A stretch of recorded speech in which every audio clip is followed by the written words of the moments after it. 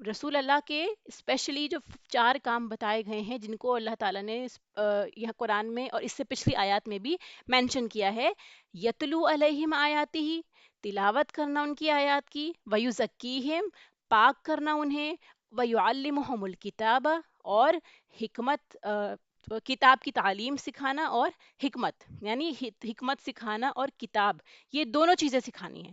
ٹھیک ہے، علامہ یعلمو سکھانے کے لیے استعمال ہوتا ہے، جو آپ کو کوئی چیز سکھائی جاتی ہے. وَإِن كَانُوا مِن قَبْلُ لَفِي ضَلَالٍ مُبِينٍ، یہ لوگ اس سے پہلے بڑی گمراہی میں مبتلا تھے. کہ کون لوگ؟ جن کے اوپر رسول اللہ کو مبعوث کیا گیا. اولما اصابتکم، کیا بھلا جب پہنچی تمہیں، اصابتکم میں وہی روٹ ہے اس کا جو ہم نے مصیبت میں پڑھا تھا، صاد واو اور با کی، ٹھیک ہے، تیر کا صحیح نشانے پر لگنا. یعنی کیا بھلا جب پہنچی تمہیں مصیبت، ایک مصیبت، قد اصبتم مثلیہا، پہنچائی تم نے اس سے دگنی، یعنی اسی کے جیسی 2 گنی مصیبت تم پہنچا چکے ہو انہی لوگوں کو. قلتم ان ھذا، پھر یہ سوال کیا ان لوگوں نے کہ یہ کہاں سے آئی مصیبت. یعنی جب مومنوں پر مصیبت آئی، جو کہ جنگ احد کے وقت کی بات ہے، اس وقت میں ان کے اندر یہ سوال اٹھا کہ یہ کہاں سے پرابلم آ گئی، یہ مشکل کہاں سے آ گئی ہمارے اوپر. یہ جو شکست کی طرف اشارہ ہے، رسول اللہ کی شہادت کی جو افواہ اڑ گئی تھی وہ، یا مسلمانوں کی شہادت ہوئی، ان کے اوپر دوبارہ سے حملہ ہوا، تو ایک دم شوق میں آ گئے کہ یہ مصیبت کیوں آئی ان کے اوپر. قل ہوا من عندی انفسکم، اس کا جواب آپ کے اور میرے لیے اس کی اگلی آیت میں ہی مینشن ہے. کیا ہے کہ کہہ دیجئے وہ تمہارے نفسوں کی جانب سے ہے. کوئی پریشانی آتی ہے تو وہ تمہارے اپنے ہی ہاتھوں کی کمائی ہے، جو کہ اس آیت میں مینشن ہے. ان اللہ علی کل شیء قدیر، بے شک اللہ تعالی ہر چیز کے اوپر خوب قدرت رکھنے والا ہے. وما اصابکم، اور جو کچھ پہنچا تمہیں، یوم التقى الجمعان، ٹھیک ہے، جس دن سامنے آمنے ہوئے وہ لوگ. ٹھیک ہے، التقا جو ہے لام قاف اور یا اس کا روٹ ہے، ہم نے پہلے سپارے میں بھی پڑھا تھا، ملاقات کے لیے بھی استعمال ہوتا ہے. ٹھیک ہے، لقیہ ملاقات کرنا، کسی سے ملنا، کسی کے آمنے سامنے آنا. ٹھیک ہے، الجمعان تو یہ کیا ہے، 2 جماعتوں کی طرف اشارہ ہے. یہاں پہ تسمیہ کا صیغہ استعمال ہوا ہے، یعنی 2 جماعتیں جب آپس میں آمنے سامنے ہوئیں، فباذن اللہ، اللہ کے اذن کے ساتھ. ولیعلم المؤمنین، کیا وجہ تھی ان کے آمنے سامنے آنے کی، ٹکرانے کی؟ تاکہ اللہ تعالیٰ مومنوں کو جان لے کون لوگ ہیں جو اپنا ایمان کا دعویٰ کرتے ہیں اور واقعی اللہ کے لیے اپنی جان قربان کرنے کے لیے تیار ہیں. وَلِيَعْلَمَ الَّذِينَ نَافَقُوا، اور اسی کے ساتھ میں یہ بھی جان لیا جائے کہ وہ کون لوگ ہیں جو 2 رخ ہیں، 2 باتیں کرنے والے ہیں، منافق ہیں. وقیل لہم، اور کہا گیا انہیں، تعالو، کن کو کہا گیا؟ نافقو کو کہا گیا کہ آؤ جنگ کرو، فی سبیل اللہ، اللہ کے راستے میں، او ادفعوا، یا پھر دفاع کرو. ٹھیک ہے، یعنی جنگ کرو یا پھر دفاعی کام کرو. قالو، انہوں نے کہا، جنہوں نے منافقت کی، لو نعلم قتالا لاتبعناکم، اگر ہم جانتے ہوتے جنگ کرنا تو ضرور پیروی کرتے تمہاری. ٹھیک ہے، اس میں بھی اس کا روٹ وہی ہے جو اتباع کا ہوتا ہے، تا با اور عین. اگر ہمیں جنگ کے حربے آتے، ہمیں لڑائی کرنا آتا، جنگ کرنا آتا، تو ہم ضرور تمہاری بات مانتے، تمہارے ساتھ جنگ میں چلتے. اللہ تعالیٰ فرماتا ہے، ہم للکفر یومئذ، وہ کفر کے اس دن، اقربو، زیادہ قریب تھے. یعنی یہ بات کہنا اور یہ سوچنا جو ان کے اندر سوچ آئی کہ جنگ سے بچ جائیں گے، فرار اختیار کر لیں گے، تو یہ ان کو کفر کے زیادہ قریب کر دیتا ہے. منہم للایمانی، ٹھیک ہے، کس کے بنسبت؟ ایمان کے نسبت.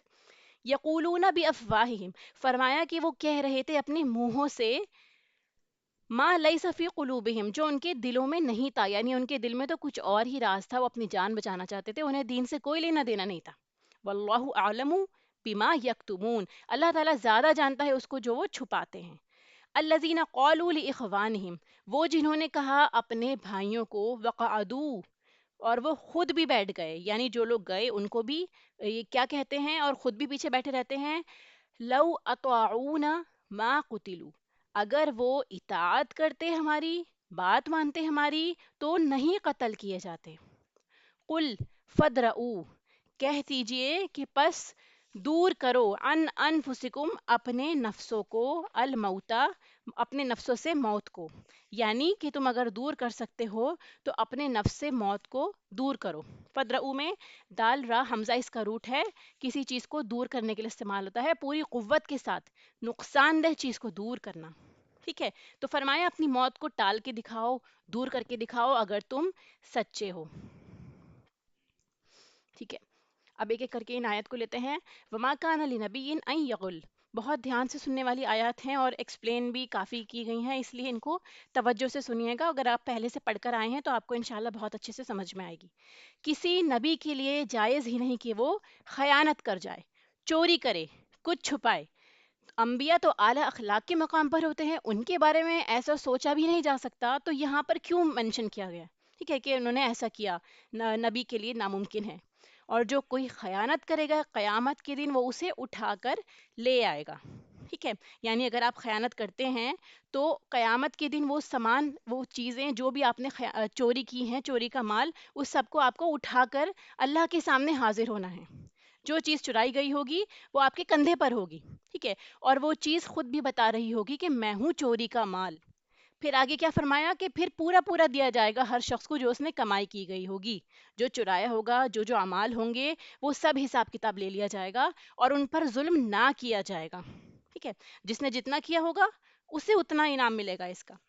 سورہ انعام میں آتا ہے آیت نمبر 31، اور وہ اٹھائے ہوئے ہوں گے اپنے بوجھ اپنی پیٹھوں پر، دیکھو کتنا برا ہے جو وہ اٹھا کر لا رہے ہوں گے. ٹھیک ہے، یعنی اپنے پیٹھوں پر اٹھا کے لا رہے ہوں گے جو بھی چوری کا مال انہوں نے چرایا ہوگا. ایسے ہی سورہ لقمان میں بھی آتا ہے کہ حضرت لقمان اپنے بیٹے کو وصیت کرتے ہیں، اے میرے بیٹے، رائی کے دانے برابر بھی کوئی چیز ہوگی، وہ کسی چٹان میں رکھی ہوئی ہوگی یا آسمان زمین میں کہیں بھی ہوگی، قیامت کے دن اللہ کے سامنے وہ چیز آ جائے گی، اللہ اس کو سامنے لا کر رکھ دے گا. بے شک اللہ تعالیٰ باریک بین ہے اور خوب باخبر ہے. ایسے ہی سورہ کہف میں بھی آتا ہے کہ جو انہوں نے کیا ہوگا وہ اپنے سامنے حاضر پائیں گے اور تیرا رب کسی پر بھی ظلم نہیں کرے گا. ٹھیک ہے، یہاں پہ اس بات کی سیریسنس کی طرف اشارہ ہے کہ انسان کچھ بھی نہیں چھپا سکتا. وہ دنیا میں کوئی چیز اپنی ادھر ادھر کر سکتا ہے، کسی کا مال، کسی کی جائیداد، کوئی بھی حق ہے اس کے اندر، تو وہ اس کو غصب کر لیتا ہے دوسرے کا مال، تو وہ یہ نہ سوچے کہ میں بچ گیا ہوں. ٹھیک ہے، اب یہاں پر دیکھیے جو غل کا لفظ استعمال ہوا ہے، تو غل کے اندر مفہوم تین پائے جاتے ہیں. ٹھیک ہے، یا تو مطلق خیانت کے لیے کمپلیٹ ایبسلیوٹ خیانت، کسی بھی قسم کی چوری اس میں آ جائے گی، یا پھر خصوصی طور پہ آپ مال غنیمت کی خیانت کی طرف یہاں اشارہ کر سکتے ہیں جو کہ سارے لشکر کا حق ہے. اور تیسرا مفہوم ہے بیت المال کی چوری، جس کا مالک کوئی ایک نہیں ہوتا بلکہ بہت سے لوگوں کے فائدے میں وہ مال لگا ہوتا ہے. بیت المال جیسے ہم سمجھ لیجئے کہ اگر کوئی ایسی اپورچونٹی ہے، کوئی ڈونیشن ہے، کوئی بھی ایسی جگہ ہے جہاں پہ بہت سارے لوگ مال جمع کرتے ہیں اور سب کا حق ہوتا ہے، اس کے اندر بھی چوری کرنا اس میں مفہوم پایا جاتا ہے اس کا. ٹھیک ہے، اب یہاں پر یہ جو بتایا گیا ہے کہ کسی نبی کے لیے جائز نہیں کہ وہ چوری کریں، تو اسپیشلی آپ ان تین رائے کی طرف دیکھیے. تین رائے پائی جاتی ہیں اس کے بارے میں، روایات ہیں کہ بعض کو خیال آیا کہ شاید آپ کے دل میں اب ہمارا وہ مقام نہیں رہا، جیسے صحابہ سے غلطی ہوئی تھی، ہم نے پچھلی آیات میں پڑھا، تو ان کے دل میں آیا کہ اب ہمارا وہ مقام نہیں رہے گا. کیوں؟ کیونکہ ہم نے غلطی کری ہے. اب اس کے بعد کیا ہوتا ہے، ان کا کانفیڈنس لوز ہونے لگتا ہے صحابہ کا. اسی لیے کہا جا رہا ہے کہ تم فکر نہ کرو، کوئی نبی ایسا نہیں ہے کہ وہ اوپر سے کچھ کہے، اوپر سے تمہیں خوش کرنے کی کوشش کرے اور اندر اندر تمہارے بارے میں بغض رکھے کہ یہی وہ لوگ ہیں جن کی وجہ سے ہمیں نقصان پہنچاتا. ٹھیک ہے، تو نبی ایسا نہیں ہے. اگر وہ اوپر سے تمہیں معاف کر رہا ہے، تمہیں مشوروں میں شریک کر رہا ہے، تو وہ اندر سے بھی ایسا ہی ہوگا. دوسری روایت میں آتا ہے کہ ابن عباس رضی اللہ تعالیٰ عنہ کہتے ہیں بدر کے دن ایک سرخ چادر نہیں مل رہی تھی، تو لوگوں نے کہا کہ شاید آپ صلی اللہ علیہ وسلم نے لے لی ہو، سارا سامان تو سامنے آ گیا ہے، ہو سکتا ہے آپ نے لے لی ہو. ٹھیک ہے، ان کے خیال میں کہ آپ جیسا چاہے مال لے سکتے ہیں. تو اس پر یہ آیت اتری کہ نبی خیانت نہیں کر سکتا، وہ مال سب کا اکٹھا ہے، اس میں ایسا نہیں ہوتا کہ کوئی لیڈر اٹھا کے اپنی مرضی سے اپنا مال لے لے. ٹھیک ہے، کوئی سربراہ ہو وہ یہ سوچے کہ میں تو لیڈر ہوں، میں جو چاہے کر سکتا ہوں، تو یہ کیا ہے، یہ بھی مال غنیمت کی چوری کے اندر ہی آئے گا. پھر تیسری روایت میں آتا ہے کہ غزوہ احد سے متعلق تھی کہ جب شروع میں فتح نصیب ہوئی، مال اکٹھا کیا جا رہا تھا، تو حضرت عبداللہ ابن جبیر جو اس وقت اس پہاڑی پہ موجود تھے جہاں سے تیر انداز تیر برسا رہے تھے، ٹھیک ہے، تو ان کے ساتھیوں کے دل میں یہ خیال پیدا ہوا کہ کہیں ایسا نہ ہو کہ نبی پاک صلی اللہ علیہ وسلم ہمارے لیے اس میں حصہ نہ رکھیں، جو جتنا سامان لوٹ کے لے کے جائے گا مال غنیمت کا اسے کو ملے اور ہمیں حصہ نہ ملے. اسی لیے انہوں نے کیا کیا، انہوں نے یہ خیال کر کے اور مال کو لوٹنے کے لیے وہ چلے گئے. فرمایا کہ یہ جو تم نے سوچا تھا یہ غلط ہے، نبی ایسا نہیں کر سکتا. وہ تو امین ہوتا ہے. کیونکہ دور جاہلیت میں آپ نے ہسٹری میں پڑھا ہوگا، ایسا ہی ہوتا تھا کہ جس کے ہاتھ جو مال آتا تھا وہ اسی کو اون کرنے لگتا تھا کہ یہ میں نے اٹھایا ہے، میں نے مال غنیمت میں لوٹا ہے تو میں ہی اس کا مالک ہوں. ٹھیک ہے. تو اسی لیے فرمایا کہ قیامت کے دن ہر شخص کے کیے کا بدلہ آئے گا، لہٰذا آج ایسے مال سے فائدہ اٹھانا بہت مہنگا سودا ہے. کہ پھر ایک حدیث اور ہے، بخاری کی حدیث میں منشن ہے کہ ایک واقعہ ہے، بہت عبرتناک واقعہ ہے، سننے کے لائق ہے. حضرت ابو ہریرہ رضی اللہ تعالیٰ عنہ فرماتے ہیں کہ ہمیں جنگ خیبر کی غنیمت میں سونا چاندی تو نہیں ملا، بس اونٹ بکریاں اور کپڑے وغیرہ ہی تھے. ایک شخص نے غلام مدعم نبی پاک صلی اللہ علیہ وسلم کو تحفے میں دیا. ٹھیک ہے، ایک شخص نے غلام اپنا نبی پاک صلی اللہ علیہ وسلم کو تحفے میں دے دیا. اس کے بعد آپ وادی القرا کی طرف بڑھے، وہاں پہنچے. وہاں پہنچنے پر آپ کو مدغم سواری سے اتار رہا تھا کہ اسے ایک تیر آ کر لگا اور اس کی موت واقع ہو گئی. لوگوں نے کہا کہ اسے جنت مبارک ہو. کیوں؟ کیونکہ وہ آپ کی خدمت میں لگا ہوا تھا. اب اس موقع پہ اس کی ڈیتھ ہو جاتی ہے تو اس کو جنت ملے گی. لوگوں کا یہی گمان تھا. آپ صلی اللہ علیہ وسلم نے فرمایا ہرگز نہیں، اس ذات کی قسم جس کے دست قدرت میں میری جان ہے، اس نے خیبر کے دن اموال غنیمت سے بیشتر، یعنی اموال غنیمت کے اندر جو مال تھا اس میں سے ایک کمبل چھپا لیا تھا. کیا چھپایا تھا؟ صرف ایک کمبل. ٹھیک ہے. جو آگ کے شعلے بن کر اس کے گرد لپٹ رہی ہے. یعنی اب اس کے مرتے ہی وہ فوراً عذاب شروع ہو گیا ہے. جب لوگوں نے آپ کا یہ ارشاد سنا تو ایک شخص ایک تسمہ لے کر حاضر ہو گیا. یعنی اس نے سمجھ لیجیے ایک تھریڈ کی طرح کا کوئی چیز، جیسے جوتے کا تسمہ ہوتا ہے نا، وہ اگر اٹھا رکھا تھا تو وہ بھی واپس لے آیا. صرف ایک تسمہ. آپ صلی اللہ علیہ وسلم نے اسے فرمایا کہ اگر تم اسے یہاں لا کر نہیں رکھتے تو تم اس تسمے کی وجہ سے آگ میں چلے جاتے. ٹھیک ہے، آگ تم پہ چمٹ جاتی. تو اس بات کی طرف اشارہ ہے کہ ہم یہ نہ سوچیں کہ چھوٹا سا ربڑ ہم نے کسی کا اٹھا لیا، کسی کا پین ہمارے پاس تھا اور ہم کام کر رہے تھے، بے دھیانی میں ہمارے پاس ہی رہ گیا. قیامت کے دن ایک ایک چیز کا حساب ہوگا. آپ کے گھر میں کسی کا سامان ہے، کسی اپنے رشتہ دار کا یا کسی پڑوسی کا، تو کوشش کریں اس کے دیکھ کے سب سے پہلے اسے واپس کریں. ٹھیک ہے. بہت بڑی چیز کی چوری ہی محض خوفناک انجام نہیں لاتی، بلکہ ایک چھوٹا سا دھاگا، ایک سوئی، اس کی وجہ سے بھی آپ پر عذاب ہو سکتا ہے. لہٰذا اس سے بچنے کی بہت زیادہ ضرورت ہے. پھر اس کے آگے جو سیکھنے کی بات ہے، یہ اس میں کیا ہے کہ اگر کوئی ایسی جگہ ہے جہاں ڈونیشن دی جا رہی ہے، مسجد کے نام پہ، مدرسے کے نام پہ پیسے جمع ہو رہے ہیں، کہیں کوئی بھی جگہ جہاں پہ لوگ اپنا مال اکٹھا کرتے ہیں، تو وہاں اس مال کو اسی کام میں استعمال کریں. ایک اور لیسن اس سے کیا ملا کہ اگر آپ کو کسی نے پیسے دیے ہیں کہ ٹھیک ہے آپ رفاع عامہ کے کاموں میں لگے ہوئے ہیں، آپ اداروں سے جڑے ہوئے ہیں، تو آپ فار ایگزامپل کنویں کے لیے ڈونیشن ہوتی ہے کہ آپ کنواں کھدوائیں. اس سے اگر آپ اس مال کو کنویں کی جگہ کہیں اور لگا رہے ہیں اپنی مرضی سے، لیٹ اٹ بی کہ آپ خیر کے کام میں ہی لگا رہے ہیں، تو اس کی بھی اجازت نہیں ہے. کیوں؟ کیونکہ لوگوں نے اپنا کسی پرپس سے آپ کو پیسہ دیا ہے کہ وہ کنویں میں ہی پیسے دینا چاہتے ہیں. یا تو آپ ان سے فون پہ پوچھ لیں، پرمیشن لے لیں، اجازت لے لیں کہ اس کام کی جگہ ہم دوسرے کام میں پیسے لگانا چاہتے ہیں، دیٹ ول بی اوکے. لیکن اگر آپ اپنی مرضی سے کر رہے ہیں اور وہ کام بھی نہیں ہو رہا ہے تو آپ ان کے پیسے واپس کر دیں. کوشش کریں کہ اس کی مرضی میں تبدیلی نہ ہو. ٹھیک ہے، کیونکہ اس سے بھی آپ کی عاقبت برباد ہو سکتی ہے. لہٰذا اس سے بھی بچنے کی کوشش کریں. اب یہ اتنا ڈینجرس کام ہے، اتنا رسکی کام ہے، لیکن اس کے بدلے اس کا اجر بھی بہت زیادہ ہے. یعنی اگر جو شخص کسی بیت المال کا ذمہ دار ہوتا ہے، جس کے پاس لوگ ڈونیشن جمع کروا رہے ہیں، اور وہ فی سبیل اللہ صحیح جگہ پہ اس کو خرچ کر رہا ہے، غلط جگہ پہ نہیں کر رہا، اگر صحیح جگہ پہ خرچ کر رہا ہے تو اس کو اتنا ہی اجر ملے گا جتنا کوئی پیسے جمع کراتا ہے. یعنی کوئی جو صدقے کی چیز دیتا ہے، مال دیتا ہے، کوئی بھی ریسورس دے رہا ہے، تو کیا ہوگا؟ اس کے مال کے جتنا اس نے خرچ کیا ہے، جو اجر اسے مل رہا ہوگا وہی اجر اس کیشیئر کو بھی ملے گا. تو یہ بہت بڑی ذمہ داری کا اور ثواب کا کام ہے.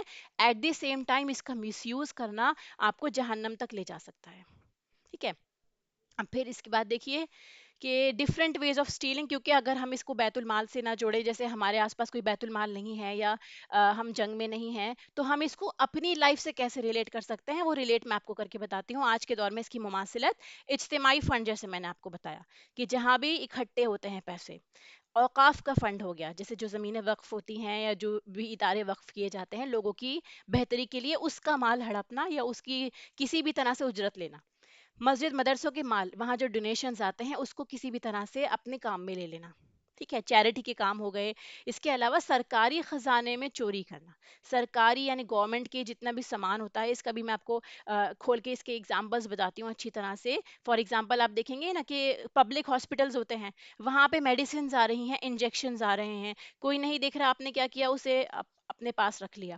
ٹھیک ہے، اسپیشلی آپ دیکھیں گے نا پیپرز بھی ہوتے ہیں وہاں پہ لکھنے کے، ان کو بھی ویسٹ کرنا یا ان کو بھی اپنے گھر کے سامان میں استعمال کر لینا. کوئی بھی اکوپمنٹ ہو گئے کسی پبلک ہاسپٹل کے، کاٹنز ہو گئی، بینڈیجز ہو گئیں، بیڈ شیٹس ہو گئیں، جو بھی پبلک کے لیے آیا ہے اس سب کو اپنے پرسنل یوز کے لیے استعمال کرنا. کاٹن رول ہے آپ کے سامنے پڑا ہوا، اسے آپ ویسٹ کر رہے ہیں. ٹھیک ہے، گورنمنٹ آفیسز ہو گئے، وہاں پہ کوئی پین اسٹیشنری ملتی ہے، فائلز ملتی ہیں، اسے ہم اپنی پاکٹ میں رکھ لیتے ہیں، اپنے ساتھ گھر لے آتے ہیں، یہ سمجھتے ہیں کہ وہ کوئی نہیں پوچھ رہا تو وہ ہمارا اپنا مال ہے. ٹھیک ہے، اگر آپ کو وہ پین اور وہ جو بھی چیز وہاں کے لیے ملی ہے، آپ کوشش کریں کہ اسی کام میں استعمال کریں، اپنے پرسنل نوٹس کے لیے بھی اس پین کا استعمال نہ کریں. ٹھیک ہے، زکوٰۃ خیرات اکٹھا کر کے خود استعمال کر لینا. ٹھیک ہے، یا پھر مدرسوں کے نام پہ پیسے لینا، پرچی کاٹنا اور اس کو بھی اپنی جیب میں ڈال لینا. حج کے گروپ سے پیسے اکٹھا کر کے حاجیوں پہ خرچ کرنے کے بجائے اپنے آپ کے لیے اسے استعمال کرنا. ایسے ہی electricity, water supply, gas supply, ان ساری چیزوں کا جو سرکاری خزانے کا جو سبب بنتا ہے اس میں چوری کرنا. ٹھیک ہے، پھر سرکاری اسکول میں عمارتیں تعمیر کرانے کے لیے جو فنڈ آتے ہیں ان کو غلط طریقے سے استعمال کرنا. گورنمنٹ فونز ہیں، آپ کو گورنمنٹ بل دیتی ہے کالز کرنے کے لیے، کسی بھی ایسی جاب ہے جہاں پہ آپ کو گورنمنٹ فنڈ پرووائڈ کر رہی ہے کالز کے لیے، ان کالز کو آپ اپنے لیے استعمال کرنا، اپنے فرینڈ سے اس پہ لمبی لمبی باتیں کرنا، اپنے گھر والوں سے باتیں کرنا. ٹھیک ہے، پھر گورنمنٹ وہیکل ہو گئے، یا پھر جب نیچرل ڈیزاسٹرز آتے ہیں اس میں کوئی ایڈ دی جاتی ہے، جو بھی سامان آپ سمجھ لیجئے کہ آپ سرکار دے رہی ہے یا پھر آپ کا حق نہیں ہے، آپ کسی ادارے میں ہیں جس میں سب کا استعمال کرنے کا حق ہے اس پہ، یا پھر پبلک کے لیے وہ چیز استعمال ہوتی ہے، تو کوشش کریں بالکل بھی اس کو اپنے پرسنل یوز کے لیے استعمال نہ کریں. ٹھیک ہے، تو ہماری اصلاح بھی جبھی ہوگی جب ہمیں احساس ہوگا کہ ہم کیا غلط کر رہے ہیں. ایسا نہ ہو کہ ہم اس کام کو کر رہے ہیں اور یہ چوری میں شمار ہو اور قیامت کے دن ہمیں اس کا حساب دینا ہو. تو ہر کوئی خود غرضی کا شکار ہوا ہے، وہ صرف اپنے بارے میں سوچتا ہے، دوسروں کی پرواہ نہیں کرتا. تو ان چھوٹی چھوٹی چیزوں سے جو انسان چوری کرتا ہے وہ یہ سمجھتا ہے کہ میں بہت سمارٹ ہوں، کسی نے نہیں دیکھا اور میں نے اسے کیسے اپنے فائدے میں لے لیا. تو یہ چیزیں کیا ہیں؟ یہ سمارٹنس نہیں ہے، بلکہ یہ آپ کا گناہ ہے جو کوئی نہیں دیکھ رہا، فرشتوں نے لکھا ہے اور اللہ سبحانہ و تعالیٰ دیکھ رہا ہے، اور وہ ایک ایک چیز کا حساب لینے والا ہے. اللہ تعالیٰ ہمیں اس سے محفوظ رکھے. اگلی آیت دیکھیے، افمن اتبع رضوان اللہ، کیا وہ شخص جو اللہ تعالیٰ کی خوشنودی کے در پہ ہے، اللہ تعالیٰ کی خوشنودی چاہتا ہے. ٹھیک ہے، ایک شخص ہے جو پیروی کرتا ہے اللہ کی رضامندی کی، وہ چاہتا ہے کہ اللہ اس کے اعمال سے خوش ہو، کیا وہ اس شخص کی طرح ہو سکتا ہے جو اللہ کی ناراضگی کے ساتھ پلٹے؟ ٹھیک ہے، اللہ کی ناراضگی کے ساتھ پلٹنا یعنی اس کا ٹھکانہ جہنم ہے، اور وہ کتنا ہی برا ٹھکانہ ہے. یہاں پر دو طرح کے کرداروں کے بارے میں بات ہو رہی ہے. پہلا کردار جس سے اللہ راضی ہے، جو اللہ کی پسند کے کام کر رہا ہے، اور دوسرا کردار ہے جو اللہ کے غصے کے ساتھ لوٹ رہا ہے. اللہ کی طرف تو سب کو لوٹنا ہے، لیکن وہ اللہ کے غصے کے ساتھ لوٹ رہا ہے. کیوں؟ کیونکہ وہ اللہ کی ناپسندیدہ کام کر رہا ہے، جو اللہ کو پسند نہیں ہے، اللہ کی مرضی کے خلاف کام کر رہا ہے. جو نعمتیں اللہ نے اسے دی ہیں، چاہے اولاد ہو، چاہے اس کا مال ہو، رزق ہو، وہ سب اللہ کی مرضی کے خلاف، اللہ کی ناراضگی کے کاموں میں، گناہ کے کاموں میں لگا رہا ہے. ٹھیک ہے، تو یہ دو طرح کے لوگ ہو گئے. تو انسان دیکھنے میں بظاہر ایک ہی مشن پر نکلے ہوتے ہیں، ایک ہی نیت ہوتی ہے کچھ لوگوں کی کہ وہ اللہ کی رضا کے لیے کام کر رہے ہوتے ہیں. ٹھیک ہے، اور دوسرا جو ہے اس کو غرض بھی نہیں ہوتا. ایک انسان جو اللہ کے لیے کام کر رہا ہے، دوسرا ہے وہ یہ سوچتا ہے کہ مجھے کیسے فائدہ ملے، چاہے وہ دینی کام کر کے بھی یہ چاہتا ہو کہ کیسے دنیا میں میرا نام ہو، یا مجھے دنیا میں زیادہ سے زیادہ فائدہ حاصل ہو جائے. ٹھیک ہے، تو جو بغیر لالچ کے، بغیر نیت کی خرابی کے، خالصتاً اللہ کی رضا کے لیے گھر سے نکلتا ہے، چاہے اسے مال نہ ملے، اسے دولت نہ ملے، اسے فیم نہ ملے، لیکن اسے اللہ کی رضا حاصل ہو جاتی ہے. اور دوسرا انسان جس کی نیت خراب ہے، غلط طریقے پہ بھی کام کر رہا ہے، تو وہ اللہ کی ناراضگی کے ساتھ لوٹتا ہے. اسی لیے کوشش کریں کہ صرف اللہ کو راضی کرنا ہی ہماری نیت میں ہو، ہمارے خیال میں ہو.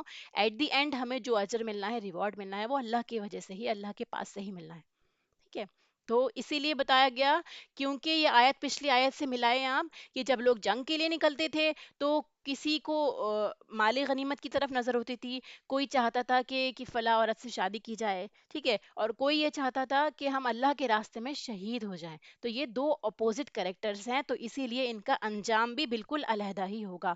سورہ سجدہ کی آیت دیکھیے آپ کے سامنے ہے کہ کیا وہ شخص جو مومن ہو اس کی طرح ہو سکتا ہے جو فاسق ہو، جو اللہ کی حدیں توڑنے والا ہے. فاسق کون ہوتا ہے؟ نافرمانی کرنے والا. یہ دونوں برابر نہیں ہو سکتے. ٹھیک ہے. سورہ سعد میں بھی آتا ہے کہ کیا ہم بنا دیں ان لوگوں کو جو ایمان لائے اور اچھے کام کیے ان کی طرح جنہوں نے زمین میں فساد کیا؟ کیا ہم متقین کو فاجروں کی طرح کر دیں گے؟ یعنی دونوں کی سوچ میں فرق ہے، دونوں کے عمل میں فرق ہے، اسی لیے دونوں کے انجام میں بھی فرق ہوگا. تو ہمیں کیا کرنا ہے؟ اس آیت سے ہمیں یہ لیسن ملتا ہے کہ صرف کسی کام کے بظاہر اچھا ہونے سے وہ کام اچھا نہیں ہو جاتا. اگر آپ کی نیت پاک نہیں ہے، خالص نہیں ہے، تو وہ کام اچھا دکھتے ہوئے بھی آپ کے لیے گناہ کا سبب بن سکتا ہے. ہم درجات عند اللہ واللہ بصیر بما یعملون. وہ درجات رکھتے ہیں اللہ کے یہاں، اللہ کے پاس ان لوگوں کے الگ الگ درجے ہیں. آخرت میں اچھا کام کرنے والوں کے بھی درجے ہوں گے اور برا کام کرنے والوں کے بھی درجے ہوں گے. جیسے آپ جانتے ہیں نا کہ جنت ہے، جنت کے بھی الگ الگ درجے ہیں. انفیکٹ ایک حدیث میں آتا ہے کہ جنت کے 100 درجے ہیں. جو جس جذبے کے ساتھ نیکی کا کام کرے گا، جس لیول آف ایکسلنس کے ساتھ کام کرے گا، اتنا ہی اس کا لیول جنت میں اوپر چلا جائے گا. جیسے مثال کے طور پر آپ ہیں اور آپ کی بہن ہے، آپ کی فرینڈ ہے، دونوں ہی اللہ کے راستے میں مال خرچ کر رہی ہیں. ٹھیک ہے. اب ہو سکتا ہے آپ کے پاس زیادہ مال ہو، زیادہ پیسے ہوں، اور آپ اس میں سے خرچ کر رہی ہیں، اور آپ کی جو ساتھی ہے اس کے پاس کم مال ہے لیکن اس کے باوجود بھی اللہ کی محبت رکھتے ہوئے وہ سارا کا سارا مال اللہ کی راہ میں خرچ کر رہی ہے. تو چاہے اس کی جو مال کی کوانٹیٹی تھی، جو اس کے چیریٹی کی کوانٹیٹی تھی، وہ آپ سے کم تھی، لیکن اس کی نیت، اس کی محبت، اس کا خلوص بہت زیادہ تھا، تو وہ آپ سے آگے نکل جائے گی. ٹھیک ہے. تو جیسے مثال کے طور پہ سمجھیں گے نا، لفٹ بھی وہیں رکتی ہے جہاں آپ کے جانے کا ارادہ ہوتا ہے. اسی لیے اگر آپ کے ارادے میں اللہ کی محبت ہے، اللہ کی رضا ہے، تو آپ وہیں جا کے رکیں گے، اس سے پہلے آپ کہیں نہیں رکیں گے بیچ میں. تو جو آپ کی قربانی کا جذبہ ہے، جو سوچ ہے، یور ایٹیٹیوڈ ڈٹرمائنس یور الٹیٹیوڈ. ٹھیک ہے. جو آپ کی محنت ہے وہی آپ کی ایک کی ہے جو پریس کریں گے آپ، تو اسی حساب سے آپ کا لیول ریس کرتا جائے گا اللہ تعالیٰ کی بارگاہ میں. اسی طرح منافقین، فاسقین کے لیے دوزخ میں بھی درجات ہیں.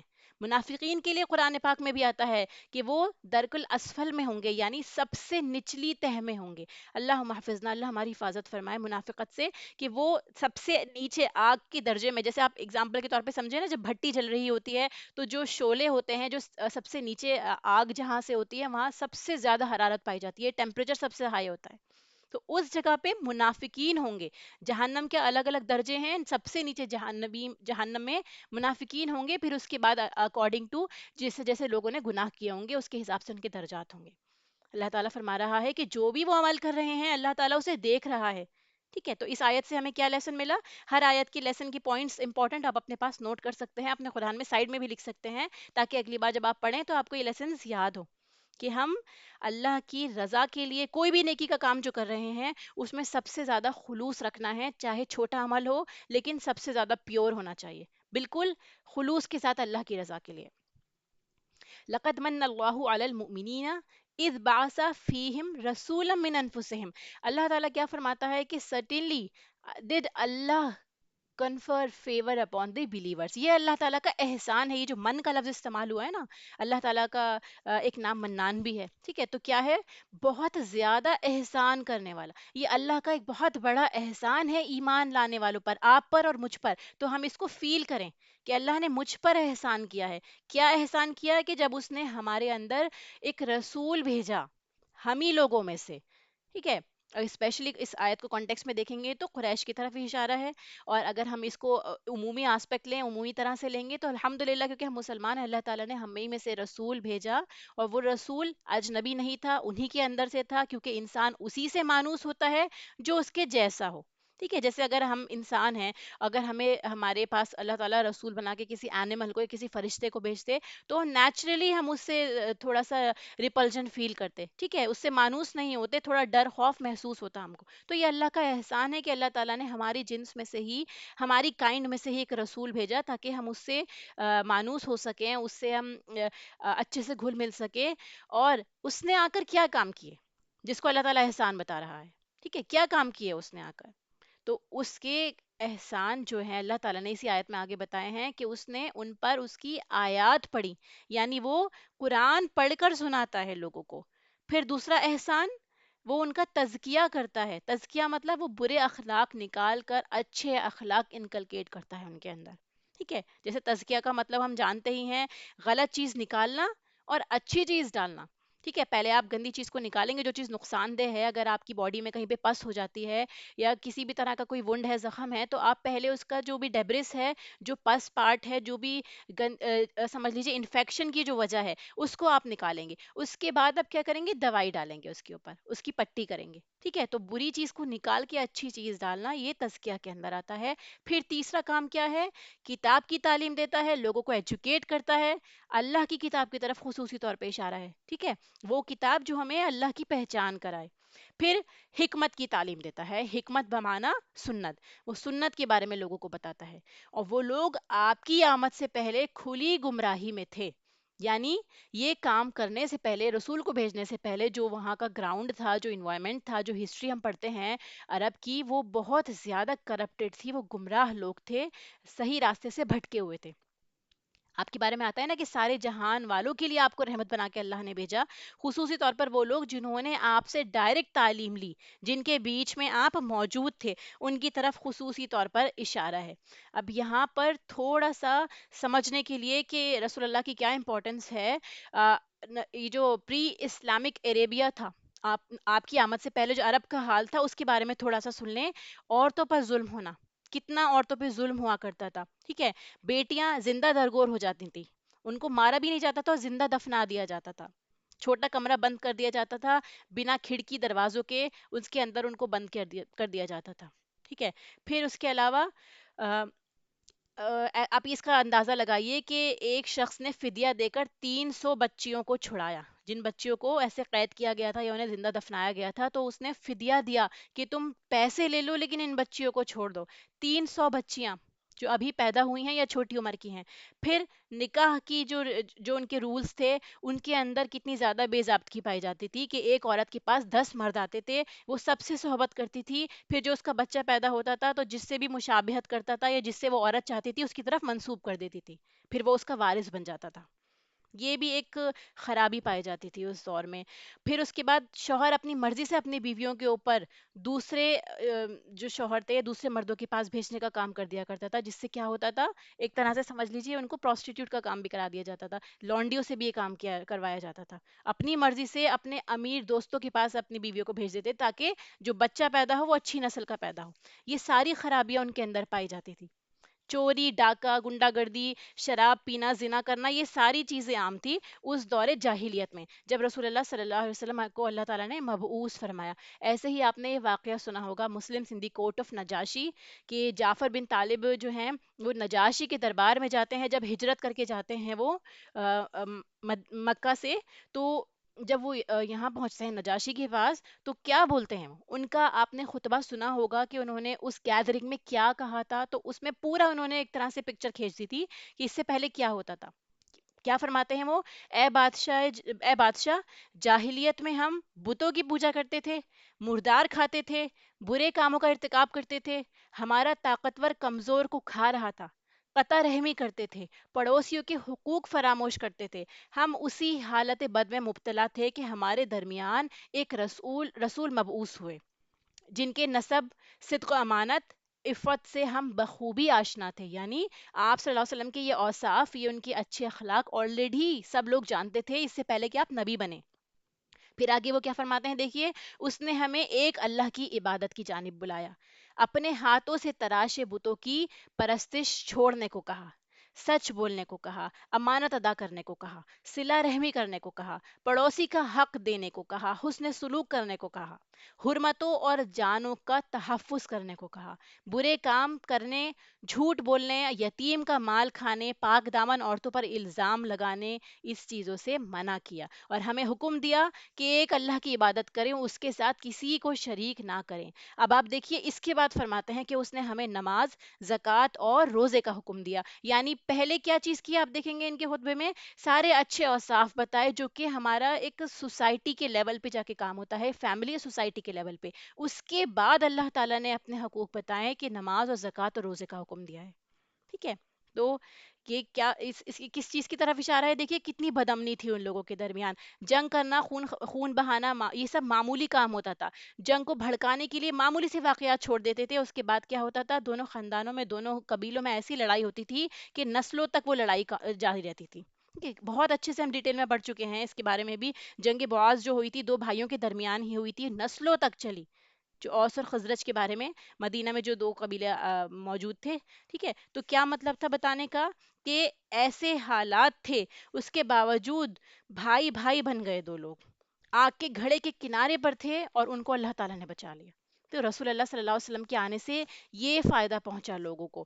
پھر بتایا آگے کہ اللہ تعالیٰ نے جو آپ کو جو چار جو کام دیے ہیں، سب سے پہلے ان کاموں کے بارے میں دیکھیے کہ سب سے پہلے آپ تلاوت کرتے ہیں، تعلیم دیتے ہیں، یعنی ہمیں کلام پڑھ کر سنانا ہے لوگوں کو، جس سے گراؤنڈ تیار ہو، لوگوں کے دل نرم ہو، لوگوں کے اندر محبت پیدا ہو، کہ اللہ کی آیات کو پڑھ کر سنانا۔ تو یہ طریقہ کیا ہے؟ نبی کا طریقہ ہے، ٹھیک ہے؟ اور آیات کے اندر کائنات کی نشانیاں بھی آ جاتی ہیں جن کی طرف لوگوں کو توجہ دلائی جائے، لوگوں کو غور و فکر کرنا چاہیے نیچر کو، اس سے قریب ہونا چاہیے کہ بنانے والا کون ہے، اتنی خوبصورت چیزیں، سب کو نیچر کے پاس جا کے خوشی محسوس ہوتی ہے، اس کو بنانے والا کون ہے، ٹھیک ہے؟ پھر تزکیہ، نشو و نما، جیسے ہم جانتے ہیں اچھے سے کہ ایک ٹیچر ہی ہمارے اندر کی عیب، ہماری خرابیاں دیکھ سکتا ہے، اور وہ ان کو بہتر طور پہ ہمیں بتا سکتا ہے کہ ہم کیا اچھے سے کر سکتے ہیں۔ اسی لیے کیا کیا آپ صلی اللہ علیہ وسلم نے تزکیہ کا کام کیا، نشو و نما کا کام کیا، پھر اس کے بعد تعلیم دی، کتاب کی اور حکمت کی۔ تو یہاں سے کیا پتہ چلتا ہے؟ ایک معتدل بیلنسڈ پرسنالٹی، ایک نظام جو اسلام دیتا ہے، جس میں روحانیت، اسپرچویلٹی بھی ہے، ڈسپلن بھی ہے، کیریکٹر بلڈنگ بھی ہے، اور اوتھینٹک نالج، ٹھیک ہے؟ پختگی، جس کے ساتھ آپ آگے بڑھتے ہیں، اللہ تعالیٰ کے راستے پر چلتے ہیں اور مسلسل طور پر چلتے ہیں۔ ایسا نہیں ہے کہ آپ نے آج سیکھ لیا تو آپ ایک ہفتے، پورا ہفتے اب آپ جو مرضی چاہے کریں، پھر اگلے ہفتے ہم پڑھتے ہیں تو پھر ہم ٹھیک ہو جاتے ہیں۔ یہ کنٹینیوس آپ کو عمل کرنا ہے آخری سانس تک، جب تک اللہ تعالیٰ نے ہمیں موقع دیا ہوا ہے، ٹھیک ہے؟ اب اس آیت میں جو لاسٹ لیسن ہے اس کو سمجھنے کے لیے دیکھیے کہ یہ سارے کام تو ہم نے پڑھ لیے کہ رسول اللہ نے کیے، اب اگر ہم کرنا چاہتے ہیں اس کو تو ہمیں کیا کیا طریقہ اپنانا چاہیے؟ جیسے ہم نے یہ 4 پوائنٹس پڑھے، یہ تو ہمیں کرنے ہی ہیں، اس سے پہلے ہمیں اصلاح کے لیے کیا چیزیں ضروری ہیں، ٹھیک ہے؟ تو اگر ہم اصلاح کرنا چاہتے ہیں، لوگوں کی اللہ کا پیغام آگے پہنچانے ہیں، تو سب سے پہلے ہمیں لوگوں سے لوگوں کے درمیان جا کر لوگوں کو اپنے آپ سے مانوس کرنا ہوگا، یعنی ہمیں ان کے جیسا ہی ہونا چاہیے، we should be one of them، ٹھیک ہے؟ یا ان کے ساتھ کھانا پینا، ان کو کھلانا، ان کو پیار کرنا، ان کے ساتھ وقت گزارنا، یہ ساری چیزیں کرنی بہت ضروری ہے۔ جیسے ہم نے ابراہیم علیہ السلام کے قصے میں بھی پڑھا تھا کہ اللہ تعالیٰ کیا فرماتا ہے کہ تم ان پرندوں کو مانوس کر لو، ٹھیک ہے؟ وہ تم سے اچھے سے گھل جائیں، مل جائیں تمہارے اس میں، کیونکہ ان کو کھانا پلانا، پیار کرنا، یہ ساری چیزیں ہر کریشن جو اللہ تعالیٰ نے بنائی ہے، وہ سب کریشن کی نیڈ ہے۔ تو انسان تو سب سے بہترین مخلوق ہے اللہ کی، تو اسی لیے آپ پہلے لوگوں کے بیچ میں رہیے، ان کی تکلیف کو سمجھیے، ان کے لیے موجود رہیے، ان کی اصلاح کرنا چاہتے ہیں، ایسے نہیں آؤٹ آف نو ویئر آپ آتے ہیں اور بولتے ہیں کہ ہاں میں تمہارا خیر خواہ ہوں اور اس طرح سے تم عمل کرو تاکہ تم جنت میں جاؤ، اور وہ بندہ آپ کو جانتا ہے نہیں، نہ آپ اس کے اچھے برے وقت میں ساتھ ہے، تو وہ آپ کی بات کیوں مانے گا؟ ٹھیک ہے؟ پھر اس کے بعد آپ جھجکے نہیں، آپ کا رویہ اجنبی نہ ہو، ان کے لیول پر ہی گفتگو کریں، ان کو اس کے لیول پہ سمجھائیں، جیسے چھوٹا بچہ ہے تو اس کو اس سے بات کر کے اسی طرح سے سمجھائیں جو وہ سمجھ سکے۔ ایسے ہی یا کوئی کوئی خادم ہے آپ کے گھر میں، کوئی سرونٹ ہے یا کوئی چھوٹی عمر کا ہے جو آپ کو لگتا ہے کہ وہ اس طرح سے سمجھے گا، تو اس کے لیول پہ جا کے بات کریں، اس کی پسند کی بات سے بات شروع کریں، اس سے پوچھیں تمہارے حال چال کیا ہے، تمہارے گھر میں سب کیسا ہے، ٹھیک ہے؟ یہ نہ ہو کہ آپ مسلط کر دیں کسی پہ کہ میں بڑا ہوں یا میں تمہارا مالک ہوں تو تم میری بات مانو، ایسا کرنا، اس طرح سے دین نہیں پھیل سکتا، ٹھیک ہے؟ اس طرح سے کوئی آپ کی بات نہیں مانے گا۔ پھر لوگوں کو اللہ کی آیات پڑھنے کے قابل بھی بنائیے، اگر آپ کو ہی پڑھنی نہیں آتی اللہ کی آیات صحیح تجوید کے ساتھ میں یا صحیح معنی کے ساتھ میں آپ نہیں سمجھ سکتے تو دوسرے کیا پڑھیں گے؟ اسی لیے سب سے پہلے خود بھی سیکھنے کی کوشش کریں اور اسی طرح اللہ کی آیات کو سنائیں جس طرح وہ نازل ہوئی ہیں. قرآن کا اثر سب سے زیادہ ہوتا ہے دلوں پر. پھر اس کے بعد لوگوں کو سوچنے کی ایک طرح سے ان کے اندر کیپیبلٹیز پیدا کیجیے. آرٹ آف تھنکنگ سکھائیے انہیں کہ اگر وہ کائنات کی نشانیاں دیکھتے ہیں تو کس طرح وہ اللہ تعالیٰ تک پہنچ سکتے ہیں. کوئی چیز آپ کے سامنے بھی موجود ہے، آپ اس میں سے بھی کیسے کوئی ایسی ہنٹ نکال دیں کہ جس سے انسان اللہ سے کنیکٹ ہو سکے، قرآن کی آیات کو اپنی زندگی میں کنیکٹ کر سکے. یہ بھی طریقہ آپ کو بھی سیکھنا ہے اور اس کو سکھانا بھی ہے. صرف رٹوانا سولوشن نہیں ہے، جس سے دل بدلتا ہے وہ طریقے سیکھنے ہوتے ہیں. پھر پوری کوشش کے باوجود بھی اگر کوئی نہیں سمجھ رہا تو آپ پھر کیا کریں؟ اپنا کام کرنے کے بعد مع السلامہ. ٹھیک ہے، تو کیا کرنا ہے؟ مطلب بحث نہیں کرنی، لڑائی جھگڑا نہیں کرنا. کیوں؟ کیونکہ منافقین کا علاج نبی پاک صلی اللہ علیہ وسلم کے پاس بھی نہیں تھا، جبکہ ان کو نبی ہونے کا پورا یقین تھا آپ پر. اسی لیے وہاں پر بحث نہ کریں، لڑائی جھگڑا نہ کریں. آپ کا کام ہو گیا، اس کے بعد آپ دوسرے لوگوں پر توجہ دیں. پھر اس کے بعد دیکھیے کہ جو تزکیہ کا عمل ہے وہ صحبت سے ہوتا ہے، تو کوشش کریں کہ لوگوں کے درمیان ہی رہیں اور صرف ان کو باتیں نہ بتائیں بلکہ اپنے عمل سے ظاہر کریں کہ آپ کا عمل اچھا ہوگا تو انشاءاللہ لوگ آپ سے بھی سیکھیں گے. تو یہاں سے ہمیں کیا لیسن ملتا ہے؟ لاسٹ لیسن کیا ہے اس کا؟ کہ اگر کسی کے پاس محض دنیا کا علم ہے لیکن قرآن و سنت کا علم نہیں ہے تو وہ علم اس کا ادھورا ہے، وہ علم اس کو گمراہی سے نہیں بچا سکتا. لہٰذا دنیاوی علم کے ساتھ ہمیں دین کا علم ہونا بھی بہت زیادہ ضروری ہے. Okay. تو چینج کہاں سے آئے گا؟ چینج آئے گا آپ کے اندر سے. اگر آپ چینج لانا چاہتے ہیں تو یہ سارے پوائنٹس آپ کو دھیان میں رکھنے ہوں گے انشاءاللہ. پھر اگلی آیت دیکھیے، اولما اصابت کو مصیبت، کہ ایسا کیوں ہے؟ کیا ایسا نہیں ہے کہ جب پہنچی تم کو کوئی مصیبت، جب تم پر ایک مصیبت آئی تو اس وقت تمہارا حال یہ ہوا کہ تم پریشان ہو گئے، حالانکہ پہنچا چکے ہو تم اس سے دگنی. ٹھیک ہے، یعنی اس سے پہلے تم ان کو دگنی تکلیف پہنچا چکے ہو. کیا تم نے جب یہ بولا، تم نے یہ کہا، یہ مصیبت کہاں سے آ گئی؟ تم ایکسپیکٹ نہیں کر رہے تھے کہ یہ مصیبت آ جائے گی. اشارہ کس کی طرف ہے؟ شکست کی طرف ہے جو غزوہ احد میں ہوئی. تو فرمایا کہہ دیجئے وہ تمہارے اپنے پاس سے ہی آئی ہے، یعنی تم خود ہی اس کا سبب ہو. مسلمان یہ سمجھ رہے تھے کہ ہمارے درمیان اللہ کے نبی موجود ہیں، اسی لیے ہمیں شکست کبھی نہیں ہو سکتی. ٹھیک ہے، اللہ کے نبی ہمارے بیچ میں ہیں تو ہم ہار ہی نہیں سکتے. ان کا سوچنا یہ تھا، ان کے دماغ میں یہ چیز تھی. حالانکہ جیت اللہ کے ہاتھ میں ہے، نہ کہ کسی انسان کی برکت سے. ٹھیک ہے، جیسے آپ مثال کے طور پہ سمجھیے نا کہ ہم تعویذ گلے میں ڈال دیتے ہیں اور ہم سمجھتے ہیں کہ یہ تعویذ ہماری حفاظت کرے گا، اب ہمیں کچھ بھی نہیں ہو سکتا. ایسے ہی ہم قرآن رکھتے ہیں اپنے پاس میں لیکن نہ اسے پڑھا نہ سمجھا، اپنے پاس قرآن رکھ لیا، پھر یہ سوچے کہ ہمیں اس سے برکتیں حاصل ہوتی رہیں گی. یہ ساری چیزیں کیا ہیں؟ یہ آپ کو نہیں بچا سکتی. ٹھیک ہے، دین کے کام کرنے والے یا حق کے ماننے والے عموماً اسی کوتاہی کا شکار ہو جاتے ہیں، خوش فہمی کا شکار ہو جاتے ہیں کہ اللہ کا دین کا کام کر رہے ہیں تو ہمیں کوئی نقصان آ ہی نہیں سکتا، سب کچھ اچھا ہوگا، اللہ کی راہ میں کبھی تکلیف آ ہی نہیں سکتی. ٹھیک ہے، تو یہ خیال کرنا کیا ہوتا ہے؟ یہ خیال آپ کے ساتھ، آپ کے مائنڈ میں جو آتا ہے یہ بہتر نہیں ہے. یہ سوچ تدبیر سے کام لینے اور اسباب اختیار کرنے میں رکاوٹ بن جاتی ہے. یعنی اگر آپ یہ سوچیں گے کہ ہاں اللہ تعالیٰ میرے ساتھ میں ہے، مجھے کچھ محنت کرنے کی ضرورت نہیں ہے، سب کچھ آتا رہے گا، جو تقدیر میں ہے وہ مجھے مل جائے گا، ہاتھ پہ ہاتھ رکھ کے بیٹھ جاؤ. ٹھیک ہے، جبکہ حق کے راستے میں محنت، کوشش، پلاننگ کرنا، یہ ساری چیزیں بے حد ضروری ہیں. ٹھیک ہے، تو لہٰذا فرمایا کہ صرف مسلمان ہونا کافی نہیں ہے، آپ کو محنت بھی کرنی ہے، آپ کو سٹونز ٹرن کرنے پڑیں گے، آپ کو پورے ایفرٹس ڈالنے پڑیں گے، پھر اس کے بعد آپ کو اللہ پر توکل بھی کرنا ہو. ٹھیک ہے، first tie your camel then trust in Allah. ٹھیک ہے، پہلے آپ باندھیے اونٹ کو، یعنی اونٹ کو آپ کھلا نہ چھوڑ دیں. آپ یہ نہ سوچیں کہ اللہ کی مرضی ہوگی تو یہ اونٹ میرے پاس ہی رہے گا، آپ نے اس کی رسی باندھی ہی نہیں اور نہیں ہوگی تو یہ چلا جائے گا. آپ اپنی طرف سے رسی باندھے، اس کے بعد اگر وہ اونٹ چوری ہوتا ہے یا کچھ ہوتا ہے تو پھر آپ اللہ پہ توکل کریں. ٹھیک، تو یہ دنیا اسباب کی دنیا ہے، کاموں کے نتیجوں کے بعد جو آپ کا رزلٹ ملتا ہے اسی پہ دنیا چلتی ہے.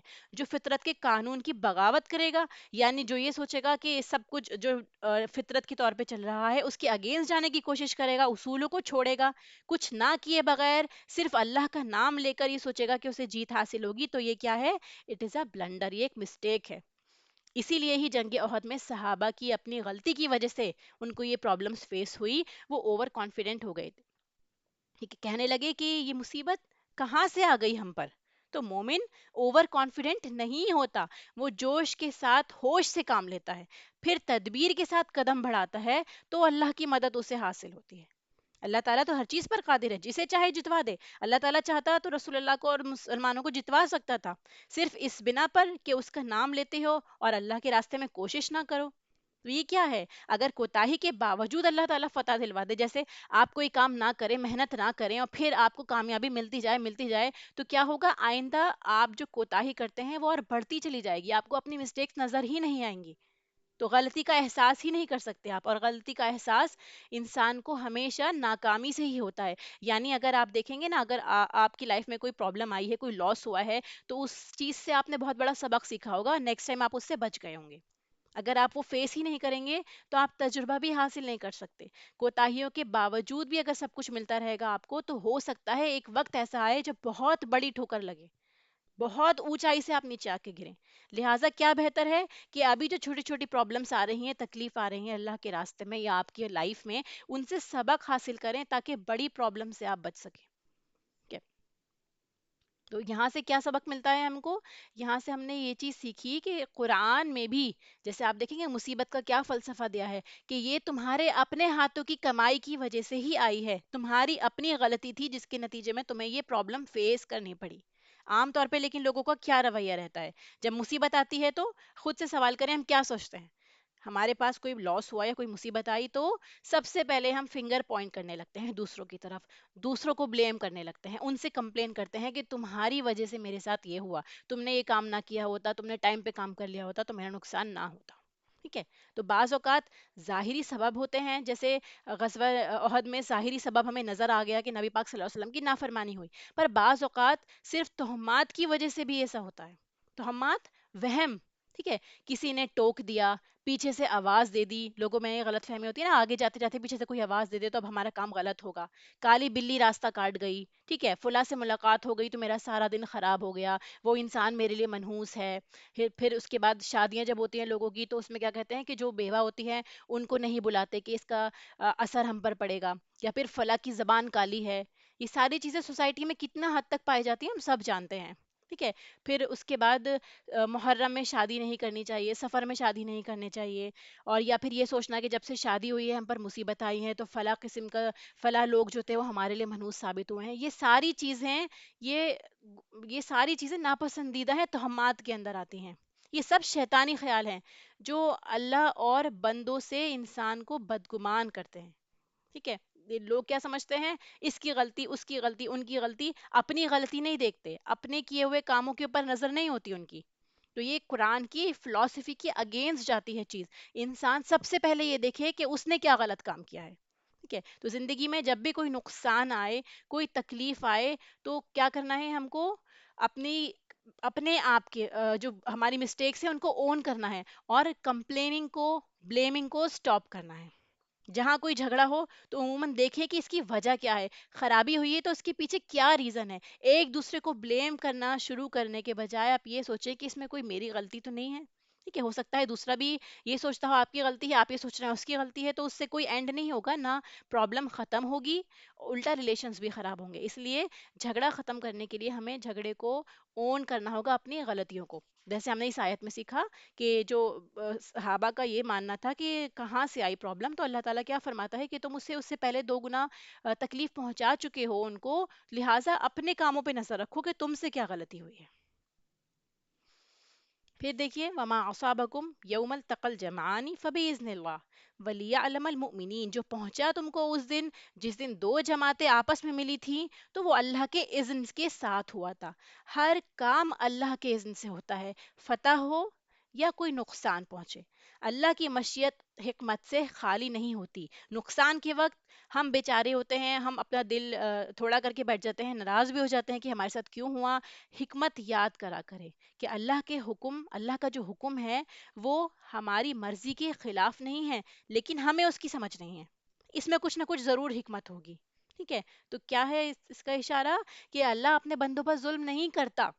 اللہ تعالیٰ جب بھی کوئی آپ کے سامنے ٹریجڈی یا آپ کو کوئی تکلیف پہنچ رہی ہے، کوئی نقصان ہو رہا ہے، اس کے پیچھے ضرور کوئی نہ کوئی سبق ہے جو آپ کو سکھانا مقصود ہے، اس کے پیچھے کوئی آپ کا فائدہ ہے۔ ان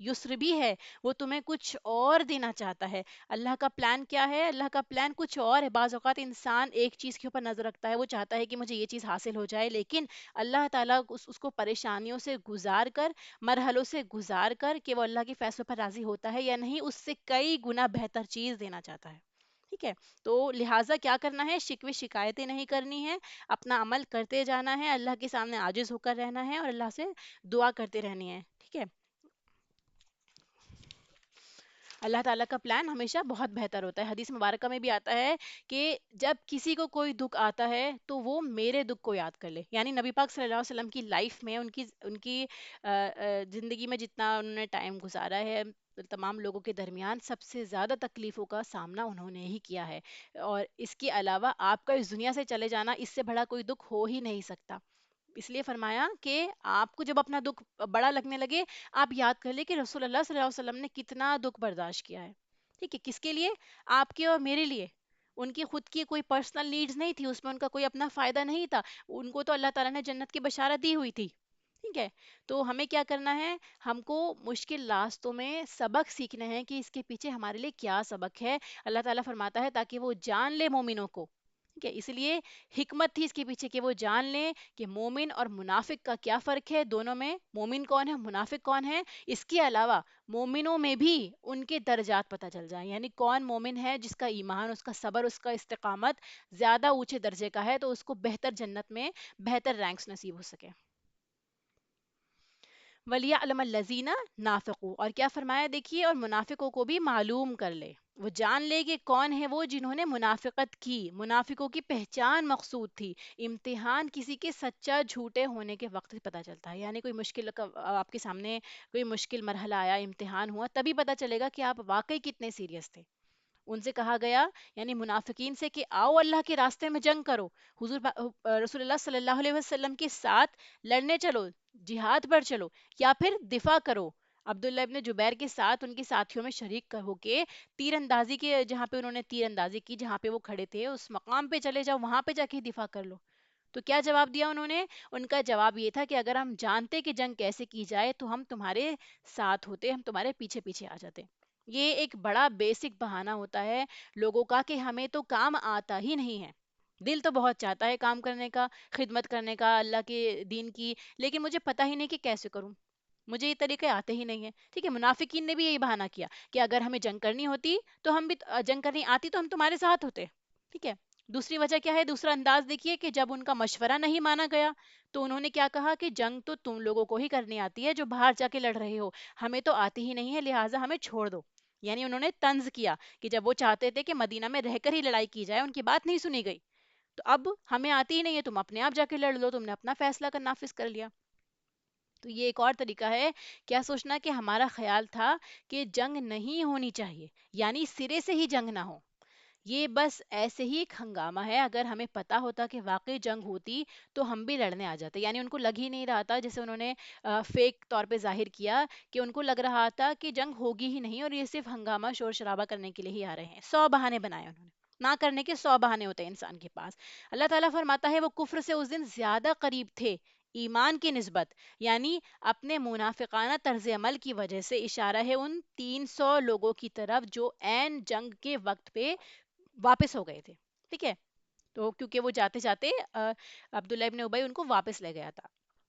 مثال کے طور پر کچھ لوگ اکٹھے پروگرام بناتے ہیں، آپ اس کو ایسے سمجھے، اور کچھ اس میں سے ڈراپ کر جاتے ہیں۔ ٹھیک ہے، تو باقی بھی کیا سوچتے ہیں کہ ختم کرو، چلو اتنے سارے لوگ جب ساتھ میں جا رہے تھے، اب باقی کے لوگوں نے اپنا پروگرام کینسل کر لیا تو مزہ ہی نہیں آئے گا۔ ٹھیک ہے، تو یہ عام روزمرہ زندگی میں بھی ایسا ہی ہوتا ہے۔ تو یہاں پر تو جنگ کی بات ہو رہی ہے، جب سب مل کے پلان بناتے ہیں کچھ لوگ ڈراپ آؤٹ کر جاتے ہیں جس کی وجہ سے باقی لوگوں کا حوصلہ بھی ٹوٹ جاتا ہے۔ تو یہاں پر تو یہ کرٹیکل پوائنٹ تھا، بہت ضرورت تھی مسلمانوں کو حوصلے کی بھی اور مسلمانوں کو تعداد کی بھی ضرورت تھی۔ اللہ تعالیٰ فرماتا ہے وہ اپنی زبانوں سے وہ باتیں کر رہے تھے جو ان کے دلوں میں نہیں تھی۔ یہ بہانے بنانا، مثلا ہمیں جنگ آتی ہی نہیں ہے، ہم اگر ہم جنگجو ہوتے تو ہم بہت اچھے سے لڑتے، یہ سارے بہانے تھے ان کے۔ اللہ تعالیٰ خوب جانتا ہے وہ جو دلوں میں چھپا رہے ہیں۔ مسلمانوں کی تعریف اللہ تعالیٰ کیسے کرتا ہے؟ سورہ حجرات کی آیت نمبر 15 میں آتا ہے کہ بے شک مومن تو وہ لوگ ہیں جو اللہ اور اس کے رسول پر ایمان لائے، پھر انہوں نے کوئی شک نہیں کیا، یعنی اپنے ایمان میں انہوں نے شک کو شامل نہیں ہونے دیا، اور جو انہوں نے اس میں اپنی جانیں اور مال لگا دیے فی سبیل اللہ، یعنی اللہ کے راستے میں انہوں نے اپنے جان اور اپنے مال دونوں لگا دیے، اولئک هم الصادقون، ایسے ہی لوگوں کے لیے اللہ تعالیٰ فرماتا ہے کہ یہی لوگ سچے ہیں۔ یعنی صرف زمانی کام نہیں چلتا، بہانے بنا کے ایکسکیوزز دے کے کہ ہمارے پاس ٹائم نہیں تھا، پڑھنے کا ٹائم نہیں تھا، کلاس کا ٹائم نہیں تھا، قرآن کا ٹائم نہیں تھا، یہ سب بہانے ہوتے ہیں۔ جس کے لیے جو پرائیورٹی ہوتی ہے وہ کام کر لیتا ہے۔ اگر ہم دن میں 3 بار کھانا کھاتے ہیں تو اس لیے کیونکہ اگر ہم ایک وقت کا کھانا اسکپ کر دیں تو ہمیں چکر آنے لگ جائیں گے، ٹھیک ہے؟ اگر ہم اپنی کوئی میڈیسن چھوڑ دیں تو کیا ہوگا، وہ ہماری ہیلتھ پہ افیکٹ کر دے گی۔ تو ہمیں معلوم ہے کہ ان چیزوں کا اثر ہوتا ہے، اسی لیے ہم ان کو سیریس لیتے ہیں اور وہ ان کا انٹیک کرتے ہیں۔ تو ہم یہ کیوں نہیں سوچتے کہ اللہ کے کلام کا، اللہ کی باتوں کا ہماری سول پر بہت زیادہ اثر پڑتا ہے، ہمارے عمل پہ اثر پڑتا ہے، ہمیں اس کو بھی اتنا سیریسلی لینا چاہیے۔ لاسٹ آیت ہے الذین قالوا لاخوانہم وقعدوا لو اطاعونا ما قتلوا، وہ لوگ جنہوں نے اپنے بھائیوں سے کہا اور خود بیٹھ گئے کہ اگر یہ ہماری مانتے تو خود میدان جنگ میں نہ مارے جاتے، ٹھیک ہے؟ ان کا کیا کہنا تھا کہ یہ ہمارے ساتھ بیٹھے ہوتے، if they had obeyed us they would not have been killed، ٹھیک ہے؟ تو یہ موت کو ایک طرح سے ان کے لیے بہانے بنانا ہو گیا کہ موت کو وہ روک سکتے ہیں، ان کا یہ ماننا تھا کہ وہ موت کو مقابلہ کر سکتے ہیں، ٹھیک ہے؟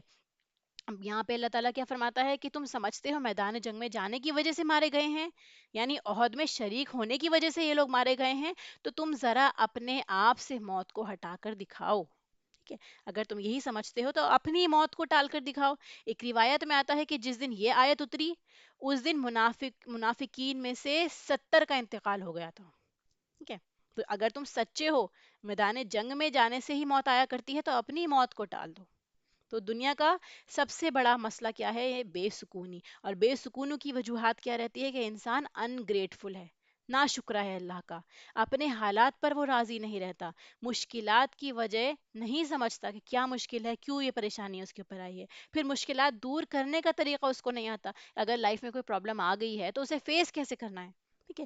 ہم قوت تو چاہتے ہیں لیکن ہمارے پاس طریقہ نہیں ہے اس کو سالو کرنے کا، پرابلمس کو۔ لہٰذا ہمیں کیا کرنا چاہیے؟ اس پروورب کے بارے میں سنا آپ نے، I asked for strength and God gave me difficulties to make me strong, میں نے جب اللہ تعالیٰ سے طاقت مانگی، قوت مانگی، تو اللہ تعالیٰ نے مجھے پریشانیاں دے دی، میری لائف میں پرابلمس آ گئی تاکہ میں اسٹرانگ ہو سکوں، کیونکہ جو انسان تکلیفوں سے ہو کر گزرتا ہے وہ بہتر طریقے پہ سے سیکھ پاتا ہے، ٹھیک ہے؟ تو مشکلات میں پڑے بغیر کوئی انسان میچیور نہیں ہو سکتا، پرابلمس کے بنا وزڈم نہیں آ سکتی۔ ہمیں کیا کرنا ہے؟ ہمیں سیکھنا ہے ہاؤ ٹو سالو دیم، ٹھیک ہے؟ کس طرح ان کو حل کریں۔ تو ہم عموماً مشکلات سے گھبرا جاتے ہیں اور ان کو سزا سمجھنے لگتے ہیں کہ اللہ کی طرف سے سزا ہو گئی ہے، جیسے ہم نے بھی پیچھے پڑھا نا، یہ ہمارے ہاتھوں کی کمائی ہے، ٹھیک ہے؟ لیکن اللہ تعالیٰ نے دنیا میں آپ کو سزا نہیں دینی ہے، اللہ تعالیٰ دنیا میں آپ کو آپ کی غلطیاں دکھاتا ہے تاکہ آپ عمل اچھے کر سکیں، اس غلطی کو سدھار سکیں، تاکہ آپ اور آگے بہتر طور پہ عمل کر سکیں، ٹھیک ہے؟ تو مشکلات سے انسان کو گھبرانا نہیں چاہیے، لیکن مشکلات مانگنی بھی نہیں چاہیے، ٹھیک ہے؟ اللہ تعالیٰ جتنی بھی پریشانیاں ہیں مجھے ساری دے دے، ٹھیک ہے؟ اس سے آپ کو مانگنا بھی نہیں ہے، اللہ تعالیٰ سے آپ عافیت مانگے۔ لیکن اگر آپ کی لائف میں پرابلمس آ جاتی ہیں تو پھر گھبرائے نہ، صبر کریں اور اللہ تعالیٰ سے مدد مانگے۔ اللہ تعالیٰ ہر مشکل کے ذریعے ہمیں کچھ سکھانا چاہتا ہے، اللہ تعالیٰ سے دعا ہے کہ وہ ہماری مشکلوں کو آسان فرمائے۔ اب ان کی ایک بار آپ تلاوت سن لیں۔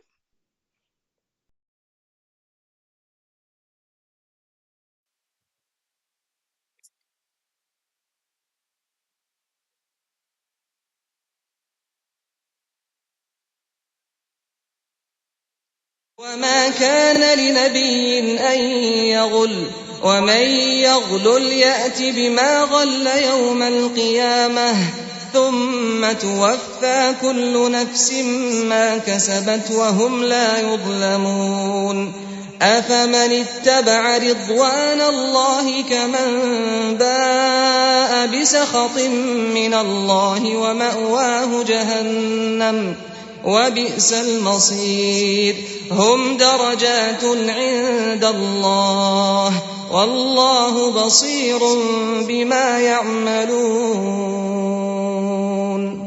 لقد من الله على المؤمنين إذ بعث فيهم رسولا من أنفسهم رسولا من أنفسهم يتلو عليهم آياته ويزكيهم ويعلمهم الكتاب والحكمة وإن كانوا من قبل لفي ضلال مبين أولما أصابتكم مصيبة قد أصبتم مثليها قلتم أنى هذا قل هو من عند أنفسكم إن الله على كل شيء قدير وما أصابكم يوم التقى الجمعان فبإذن الله وليعلم الذين نافقوا وقيل لهم تعالوا قاتلوا في سبيل الله أو ادفعوا قالوا لو نعلم قتالا لاتبعناكم هم للكفر يومئذ أقرب منهم للإيمان يقولون بأفواههم ما ليس في قلوبهم والله أعلم بما يكتمون الذين قالوا لإخوانهم وقعدوا لو أطاعونا ما قتلوا قل فادرءوا عن أنفسكم الموت إن كنتم صادقين يا أيها الذين آمنوا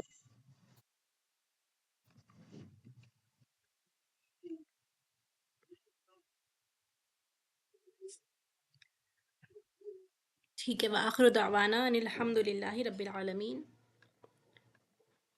وآخر دعوانا ان الحمد للہ رب العالمین. سبحانک اللہم وبحمدک نشہد ان لا الہ الا انت نستغفرک ونتوب الیک.